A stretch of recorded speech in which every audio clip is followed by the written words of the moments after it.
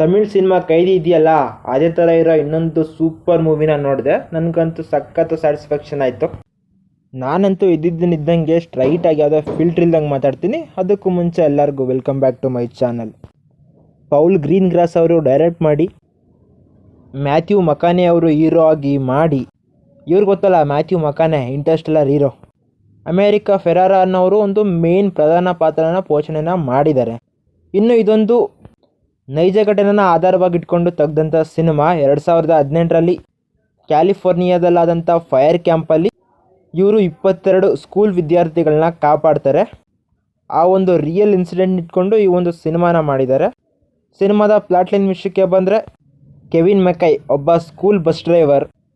ಇವನ ಹೆಂಡತಿ ಇವನ್ನ ಬಿಟ್ಟೋಗಿರ್ತಾಳೆ. ಮಗ ಕೂಡ ಇವನ್ನ ಅಷ್ಟು ರೆಸ್ಪೆಕ್ಟ್ ಕೊಡ್ತಿರೋದಿಲ್ಲ. ಮತ್ತು ಇವನ ವಯಸ್ಸಾಗಿರೋ ತಾಯಿನೂ ಕೂಡ ಇವನು ನೋಡ್ಕೊತಾ ಇರ್ತಾನೆ. ಬಟ್ ಇವೆಲ್ಲದ್ರ ಮಧ್ಯದಲ್ಲಿ ಅವನ ಒಂದು ಕೆಲಸನ ಅವನು ಪ್ರಾಪರಾಗಿ ಮಾಡ್ತಾ ಇರ್ತಾನೆ. ಅಂಥ ಟೈಮಲ್ಲಿ ಕ್ಯಾಲಿಫೋರ್ನಿಯಾಗೆ ಫೈರ್ ಕ್ಯಾಂಪ್ ಅಂಟ್ಕೊಳ್ಳುತ್ತೆ ಸ್ಕೂಲಿಂದ. ಅದರ ಸ್ಕೂಲಲ್ಲಿ ಲಾಸ್ಟಲ್ಲಿ 22 ಜನ ಸ್ಟೂಡೆಂಟ್ಸು ಸಿಕ್ಕಾಕೊಂಡ್ಬಿಡ್ತಾರೆ. ಅವ್ರನ್ನ ಒಂದು ಕಾಪಾಡೋವಂಥ ಸಿಚುವೇಶನು, ಸಮಯ, ಸಂದರ್ಭ ಈ ಒಂದು ಸಿನಿಮಾದ ನೈಜ ಘಟನೆಯಾಗಿದೆ. ಸಿನಿಮಾ ಕೇವಲ ನಡೆಯೋದು ಒಂದು ದಿನದ ಒಳಗಡೆ ಅಷ್ಟೇ. ಸೇಮು ನಾವು ಕೈದಿನ ನೋಡಬೇಕಾದ್ರೆ ಮತ್ತು ಸುದೀಪ್ ಅವರ ಮ್ಯಾಕ್ಸ್ ಸಿನಿಮಾನ ನೋಡಬೇಕಾದ್ರೆ ಯಾವ ಥರ ಫೀಲಲ್ಲಿ ಇರ್ತೀವೋ, ಈ ಸಿನಿಮಾನೂ ಕೂಡ ಅದಕ್ಕಿಂತ ಬೆಟರ್ ಫೀಲ್ನ ಕೊಡುತ್ತೆ. ಅದರಲ್ಲೂ ಕೂಡ ಇದರಲ್ಲಿದ್ದಂಥ ಫೈರ್ ಕಾಮ್ ವಿಸುವಲ್ಸು ಮೈಂಡ್ ಬ್ಲೋಯಿಂಗು. ಹಾಲಿವುಡ್ ಸಿನಿಮಾದಲ್ಲಿ ಇಂಥ ಪ್ರೊಡಕ್ಷನ್ ವ್ಯಾಲ್ಯೂಸ್ ಏನು ಕಡಿಮೆ ಇರೋದಿಲ್ಲ, ಪಕ್ಕಾ ಮಾಡ್ಕೊಂಡಿರ್ತಾರೆ ಅವರು. ಅಷ್ಟೆಲ್ಲ ಎಮೋಷನ್ಸು ಕೂಡ ಸಖತ್ ಕ್ಯಾರಿ ಮಾಡಿದ್ರು. ಮತ್ತು ಸ್ಟಾರ್ಟಿಂಗ್ ಒಂದು 20-30 ನಿಮಿಷ ಸ್ವಲ್ಪ ಲ್ಯಾಗ್ ಹೊಡಿಸುತ್ತೆ. ಅದೊಂಚೂರು ಕಂಪ್ಲೇಂಟ್ ಇದೆ ಬಿಟ್ಟರೆ ಸಿನಿಮಾ ಮಾತ್ರ ನನಗೆ ಫಸ್ಟಿಂದ ಸ್ಟಾರ್ಟ್ವರೆಗೂ ಕೂಡ ಸಖತ್ತು ಕನೆಕ್ಟ್ ಆಯಿತು. ಇನ್ನು ಮ್ಯಾಥ್ಯೂ ಮೆಕಾನೆ, ಕೆವಿನ್ ಮೆಕೆ ಆಗಿ ಆ ಒಂದು ಕ್ಯಾರೆಕ್ಟ್ರಲ್ಲಿ ಜೀವಿಸಿದ್ದಾರೆ ಅಂದರೆ ತಪ್ಪಾಗಲ್ಲ. ಅಷ್ಟು ಎಮೋಷನ್ಸು ಅವರ ಒಂದು ಕಣ್ಣಲ್ಲಿ ಕಾಣಿಸ್ತು.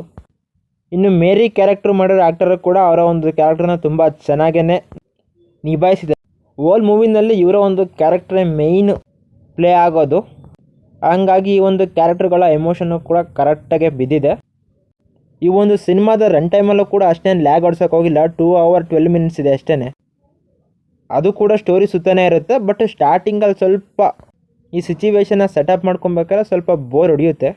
ಬಟ್ ಓಕೆ ಗುರು, ಸಖತ್ ಮೂವಿ, ಬೆಟರ್ ವಾಚು. ಅದು ಕೂಡ ಒಂದೊಳ್ಳೆ ಮೂವಿನ ನೋಡಬೇಕು ಅಂದರೆ ನೋಡಿ, ಆ್ಯಪಲ್ TV ಮತ್ತು ಅಮೆಝಾನ್ ಪ್ರೈಮಲ್ಲಿ ಸ್ಟ್ರೀಮ್ ಆಗ್ತಾಯಿದೆ. ಬಟ್ ನಮ್ಮ ಇಂಡಿಯಾದ ಯಾವುದೇ ಲ್ಯಾಂಗ್ವೇಜಲ್ಲಿಲ್ಲ, ಇಂಗ್ಲೀಷಲ್ಲಿ ಸ್ಟ್ರೀಮ್ ಆಗ್ತಾಯಿದೆ. ಸಬ್ಟೈಟಲ್ ಜೊತೆಗೆ ನೋಡ್ಬೋದು. ಇದಕ್ಕೆ ಲ್ಯಾಂಗ್ವೇಜ್ ಏನೂ ಬೇಕಾಗಿಲ್ಲ. ಎಮೋಷನ್ ಮೇಲೇ ಈ ಒಂದು ಸಿನಿಮಾ ನಡೆಯೋದು. ನನಗಂತೂ ಇಷ್ಟ ಆಯಿತು ಗೈಸ್, ಬೆಟರ್ ವಾಚು. ಈ ಒಂದು ಸಿನಿಮಾ ನೀವು ಆಲ್ರೆಡಿ ನೋಡಿದ್ರೆ ನಿಮ್ಗೆ ಯಾವ ಥರ ಎಕ್ಸ್ಪೀರಿಯನ್ಸ್ ಕೊಡ್ತು ಅಂತ ಕಮೆಂಟ್ ಮಾಡಿ.